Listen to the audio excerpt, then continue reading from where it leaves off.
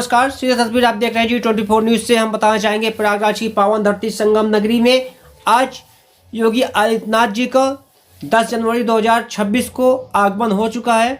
आगामी मेले की भ्रमण करने के लिए आए हैं। मकर संक्रांति के शुभ अवसर पे यहाँ सर्वे करने आए हैं, क्या व्यवस्था है, कानूनी व्यवस्था। आप बताना चाहेंगे जो मेरे पीछे काफिला देख रहे हैं, ये योगी आदित्यनाथ जी का काफिला है गाड़ियों का।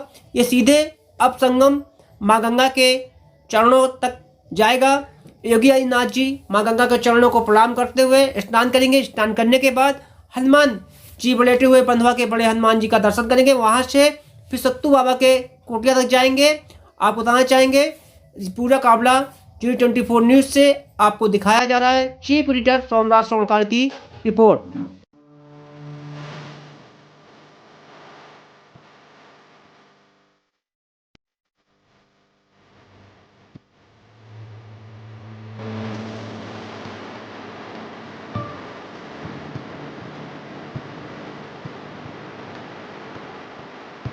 श्री गुरु चरण सरोज रज निज मनु मुकुरु सुधार बरनऊं रघुवर विमल जस जो दायक फल चार जो दायक फल चार बुद्धिहीन तनु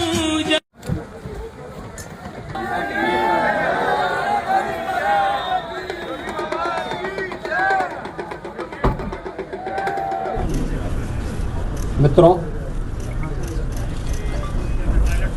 आज जो है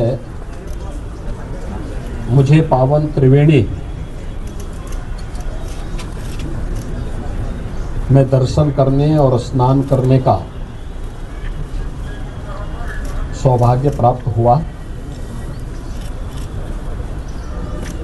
गत वर्ष इसी समय हम लोग प्रयागराज महाकुंभ की तैयारी के लिए और अंतिम रूप से आयोजन की तैयारी करने के लिए युद्ध स्तर पर लगे थे। मुझे याद है 10 जनवरी 2025 को भी मैं प्रयागराज में ही था। मेले की अंतिम तैयारी देखने के लिए मैं आया था और आज इस वर्ष माघ मेला जो पूरी भव्यता के साथ पौष पूर्णिमा 3 जनवरी 2026 से प्रारंभ हो चुका है।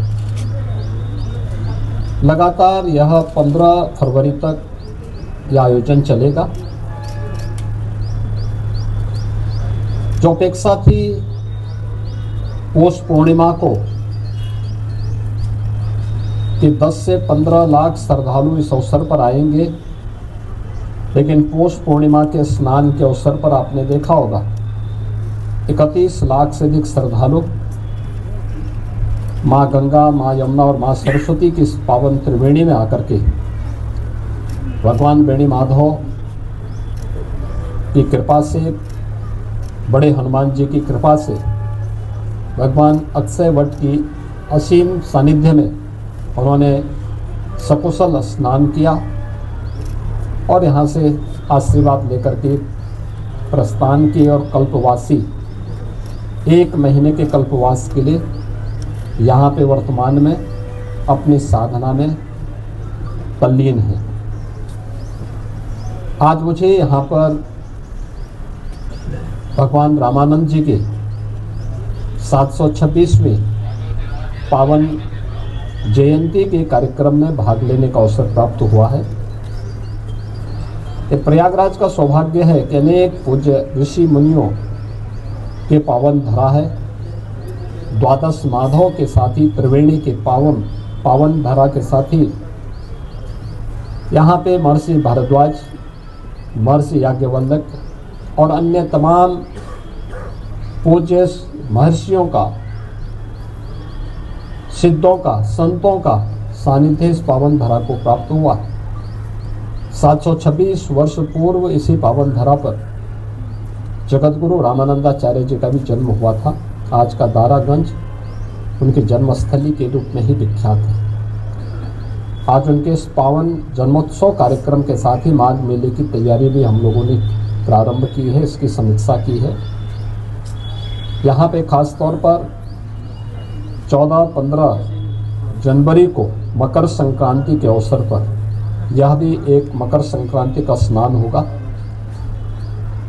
फिर 18 जनवरी मौनी अमावस्या का मुख्य स्नान होगा।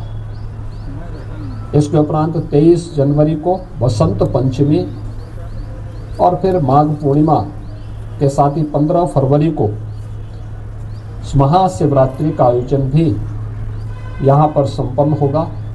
ये सभी माघ मेले के कार्यक्रम होंगे। माघ मेले पौष पूर्णिमा से लेकर के माघ पूर्णिमा तक इस पूरे आयोजन के लिए प्रशासन ने, पुलिस ने और सभी संबंधित विभागों ने अपनी पूरी तैयारियां की हैं। पहले की तुलना में घाटों की लंबाई बढ़ाई है, स्वच्छता का विशेष ध्यान दिया गया है। भीषण शीतलहरी है, इसमें बचाव के लिए आवश्यक उपाय किए गए हैं।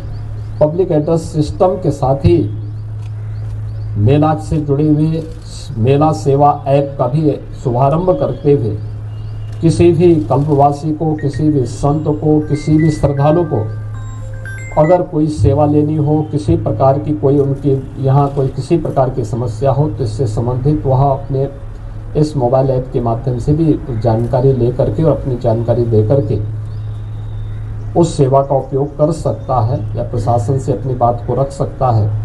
इन सभी मुद्दों को लेकर के भी यहाँ पे बेहतर उसका उपयोग किया जा रहा है और मुझे पूरा विश्वास है कि आपसी समन्वय से, तत्परता के साथ, जैसे प्रशासन ने पौष पूर्णिमा के स्नान को पूरी भव्यता के साथ, संवाद के साथ, सबके सहयोग के साथ सकुशल संपन्न किया है, आगे आने वाले सभी 5 स्नान भी उसी पवित्रता के साथ, उसी संवाद और समन्वय के साथ सकुशल संपन्न होंगे। इसी मुद्दे पर आज हमने यहाँ पे चर्चा की है और उसको लेकर के प्रशासन भी पूरी तत्परता के साथ लगा हुआ है और सभी लोग मिलकर के इस कार्यक्रम को सकुशल संपन्न करेंगे।